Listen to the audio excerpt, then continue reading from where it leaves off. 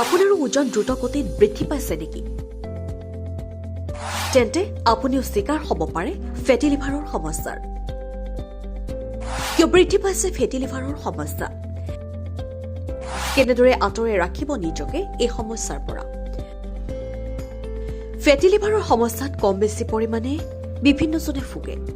বৰ্তমান ব্যস্ততাপূৰ্ণ দৈনন্দিন জীৱন যাত্ৰাত ফেটি লিভাৰৰ সমস্যা ক্ৰমশ ঊৰ্ধ্বমুখী হৈছে। অনিয়মিত জীৱন যাপন আৰু অতিৰিক্ত ওজনৰ কাৰণে বিভিন্নজনে ফেটি লিভাৰত আক্ৰান্ত হয়।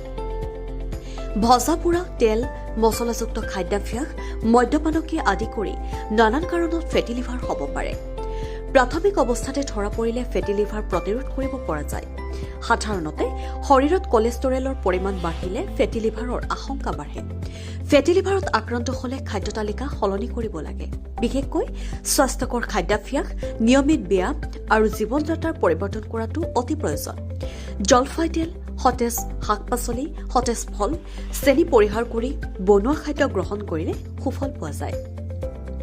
ফেটি লিভাৰত আক্ৰান্ত হলে কেইটামান লক্ষণে দেখা দিয়ে। সেই লক্ষণে দেখা দিয়াৰ পাছতে চিকিৎসকৰ পৰামৰ্শ ল'ব লাগে। সঠিক সময়ত চিকিৎসাৰ ব্যৱস্থা নকৰিলে ই লিভাৰৰ বাবে ক্ষতিকাৰক হৈ পৰে। ফলত লিভাৰৰ কাৰ্যক্ষমতা হ্ৰাস পায় আৰু শৰীৰৰ পৰা দূষিত পদাৰ্থ দূৰ কৰাত বাধাৰ সৃষ্টি হয়। কিছুমান পানীয় যকৃতত চৰ্বিৰ পৰিমাণ কমোৱাত সহায় কৰে, যেনে বিটৰ ৰস। লিভাৰৰ সমস্যাৰ পৰা সকাহ দিব পাৰে বিটৰ ৰসে। বিটত পোৱা যায় বিটালিন নামৰ এবিধ যৌগ, যি শক্তিশালী এণ্টি অক্সিডেণ্ট হিচাপে কাম কৰে। নিয়মিত বিটৰ ৰস খালে যকৃতৰ কোষৰ উন্নতি হয়, লগতে চৰ্বিৰ পৰিমাণো ক্ৰমশ হ্ৰাস পায়।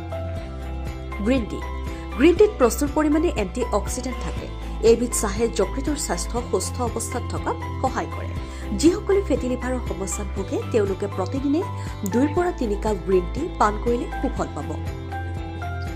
অৱশ্যে এইবিধ চাহত চেনি মিহলি নকৰিবলৈ চিকিৎসকে পৰামৰ্শ দিছে। কফি। কফিৰ উপকাৰ বা অপকাৰক লৈ বিভিন্নজনে বিভিন্ন মত দিয়ে। ফেটি লিভাৰৰ সমস্যা থাকিলে তাৰ পৰা মুক্তি দিব পাৰে কফিয়ে। কফিত থকা কেফাইন আৰু পলিফেনলসমূহে যকৃতৰ চৰ্বি জমা হোৱাত বাধা দিয়ে। কোনো কোনো ক্ষেত্ৰত লিভাৰ ফাইব্ৰোচিছ ৰোধ কৰাটো সহায় কৰে। News desk report, NDTV।